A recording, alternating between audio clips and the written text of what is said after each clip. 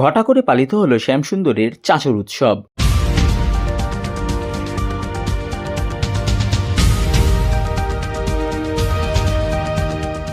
দোল পূর্ণিমা উপলক্ষে খড়দহে ঘটা করে পালিত হল চাচর উৎসব।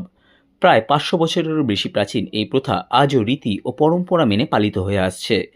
এই দিন সন্ধ্যায় শ্যামসুন্দর বিগ্রহ নিজ মন্দির থেকে বেরিয়ে পালকিতে চেপে শ্যামসুন্দর ফেরিঘাটে আসেন। সেখানেই তিনি ভক্তদের সঙ্গে আবির খেলেন। এরপর গঙ্গার ঘাটে চাঁচর পোড়ানো হয়। কথিত কাহিনী অনুযায়ী শ্রীকৃষ্ণ হোলিকাসুরকে নিধন করে তার রক্তে মাখা মাটি দিয়ে ব্রজধামে আবির খেলায় মেতেছিলেন। সেই কথিত কাহিনী অনুযায়ী আজও শ্যামের চাচর উৎসব পালিত হল। উৎসব উপলক্ষে এদিন ফেরিঘাট এলাকায় বিপুল ভক্তের সমাগম ঘটেছিল।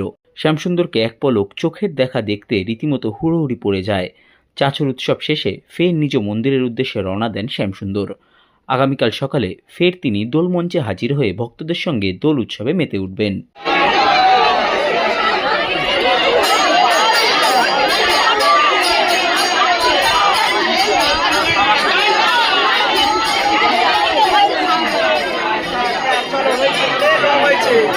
আবার কালকে